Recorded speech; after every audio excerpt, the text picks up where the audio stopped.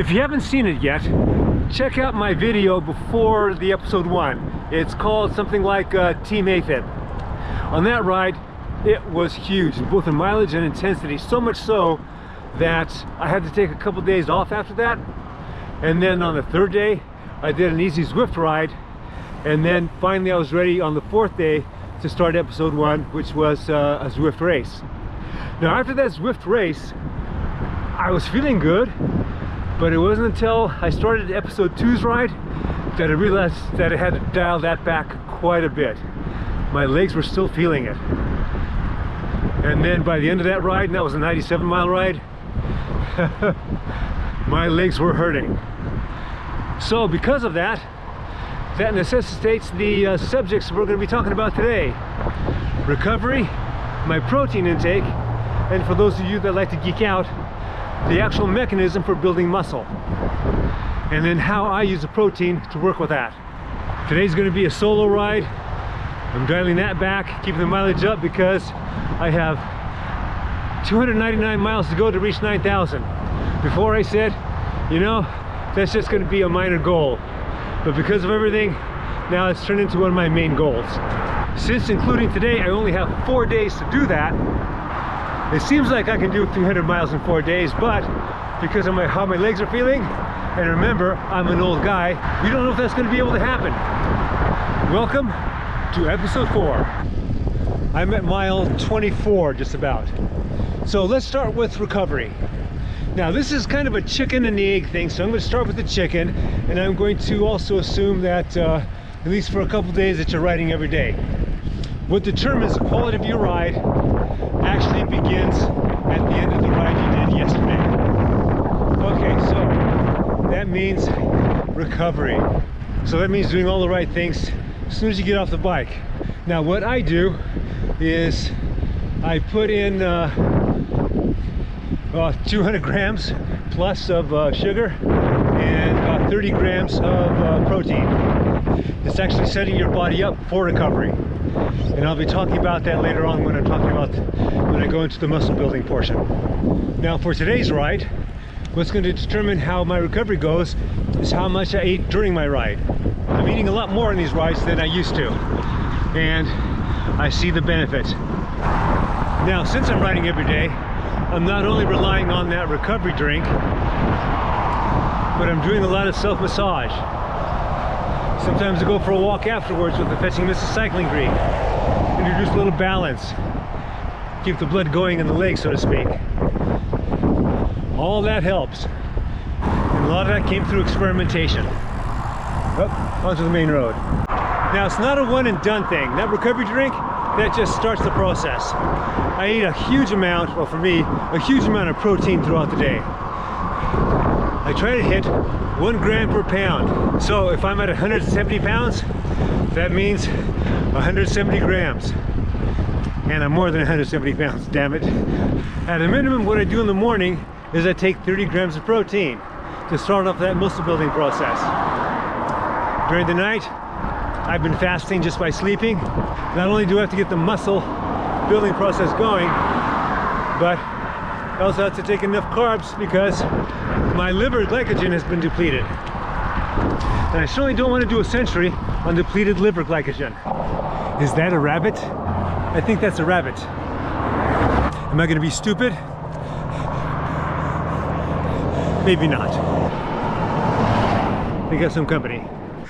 It's now about mile 38, 39, and I connected with a couple of people I used to ride with back in the day. So, more recovery. So after you do that recovery drink, you take a shower, whatever, then you have a regular meal. In that meal, you start introducing the complex carbohydrates, and you still have ample protein in that meal, even though you just took 30 grams at your recovery drink. Reason being that you're gonna eat more protein, Bubba. Absolutely. So, and the protein that you're probably eating is gonna take a while to break down, unless you have something like eggs. And I often have, as a recovery meal, eggs and rice. Now in terms of carbohydrates, after the ride, I try to keep most of them complex. However, especially on these multi-day events, and a lot of the carbohydrates are not so complex.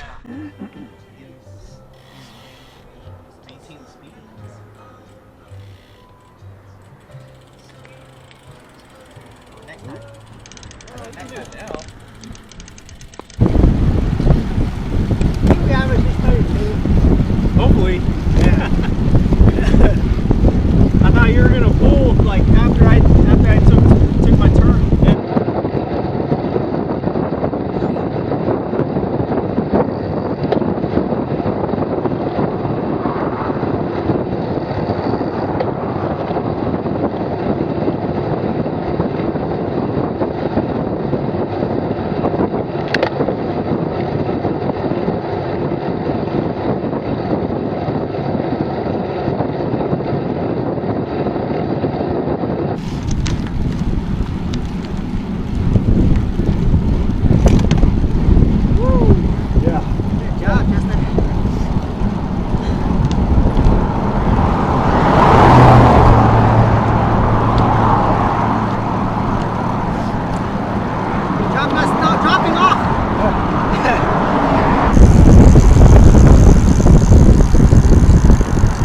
I'm at mile 65 right now, 65 and a half or so. We just separated. Justin and Sanse went to their cars. I need to put in some more miles. I'm still going here. I'm at the 80-mile mark. I don't know if I'm going to hit 100 though. We'll see. The last thing to talk about is the actual mechanism for building muscle. Now that one I'm going to get to geek out on, but I can't do that on the bike. I'm going to go to a voiceover with some pictures. Time to geek out. Now I'll be as pithy as I can. Now what you're looking at in here is the inside of a skeletal muscle cell, at least part of it. And in these cells you have these little organelles. And the main ones that we're concerned about are the Golgi body or Golgi apparatus and the lysosome. Now, mTORC1 is the star of the show. mTORC1, while it's on the Golgi apparatus, is inactive. Now, there's some processes going on inside, but for the most part, or for what we're concerned about, muscle building, it is inactive. So the first thing that has to happen is that it has to move from the Golgi apparatus to the lysosome. Now, everything that you see in here is basically an amino acid sensor, where there's enough of a concentration of a particular amino acid or set of amino acids, then certain things happen. So to get this to move from here to here, you have to have enough serine or glutamine. And glutamine, you may have noticed when you're purchasing whey protein that they'll stick extra glutamine in there, and this is the reason why, to help to stimulate that mTORC1 to move. Now, once it moves, there are three things that have to happen to get it maximally stimulated for maximal muscle building. You can have, let's say, one of the three items and it'll be partially stimulated and you'll just get partial muscle growth. But of course, we want to go for the maximum stuff. So over here in this branch, when there's enough of the BCAA, leucine, then it will shut off this, which shuts off this, etc., basically activates the RAG-AB. And then when you have enough concentrations of amino acids that get moved into the lysosome itself, it'll activate this structure that I'm not familiar with basically, I guess, a regulator, and it stimulates the RAG-CD. Now, the third area, when you have enough arginine, then it'll inhibit this, or it'll shut off the inhibition here and activate the REB. So now you have this maximally activated. So we're going to jump up here, and I talked about serine and glutamine activating mTORC1, but you can have glucose activates it, and then you have some other things too, growth factors. And I'm not sure what these are. I may be talking about testosterone and human growth factor. I'm not sure about that. But basically, once you're jumping up here, We start off with the translation initiation. That's where it starts to create the proteins and then elongate them basically to create your muscle. And that's not the only thing that does it. It also shuts off autophagy. So what autophagy is when there is a damaged cell that the body will break it down to use its component parts again. And usually it happens with oxidated cells or maybe damaged in another way. So during this activation period, that is shut off. Once mTORC1 moves, it stays like that for 5 hours. But from what I understand, it is the first 2.5 hours that the muscle building process takes place. So now the question is, how much protein do you need to take to move mTORC1 and get everything started, to get maximal stimulation? Well, when you're young, it takes a lot less than for somebody like me. Now, to make sure that I'm getting it activated, I am taking 30 grams at a time. When I wake up in the morning, one of the first things I do is take 30 grams of protein. And then before I go to bed, so I have a bunch of amino acids available, and also to help move mTORC when it hasn't been moved, is to take another 30 grams. Now, do you want it moved all the time? Not necessarily. I'm good with having it moved in the morning and before I go to bed. You can go for one more time if you want. And again, I'm taking in a lot of protein. Like I was mentioning earlier, I'm taking in 1 gram per pound, which is a lot. It's hard for me to hit that.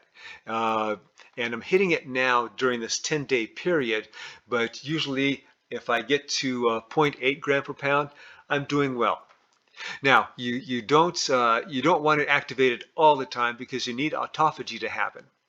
But doing it 2 times and maybe sometimes 3 times, that could be okay. All right, enough of the geeking out. Back to the video. Well, I'm in my neighborhood. I'm not going to make 100, but I'm going to probably finish with about 96. Now, the cool thing is that I'm feeling noticeably better after this ride than I did after episode 2's ride. So doing the easy day between the long ones helped a lot. I still have that 9,000 goal that I'm going for. I probably have like 203 miles to go, but I certainly can't do what I did today tomorrow. That's why I'm doing a small one tomorrow. And then I'll have 2 more days, same concept. I don't know if I'll be able to do that big second day. Still, this was a good day. I have a lot of protein to eat and a lot of massage to do. Oh, something I forgot to mention. You can't forget your vegetables. You have a lot of phytonutrients in there that you're not going to get anywhere else. You know, I was going to say that magnesium is one of them, and it is, but I think that's going to be a conversation for another episode. Oh yeah, one of these episodes, maybe the next one tomorrow, I'll be talking about the best diet to use. All right, you know the drill. Comment, like, subscribe. The Cycling Greek.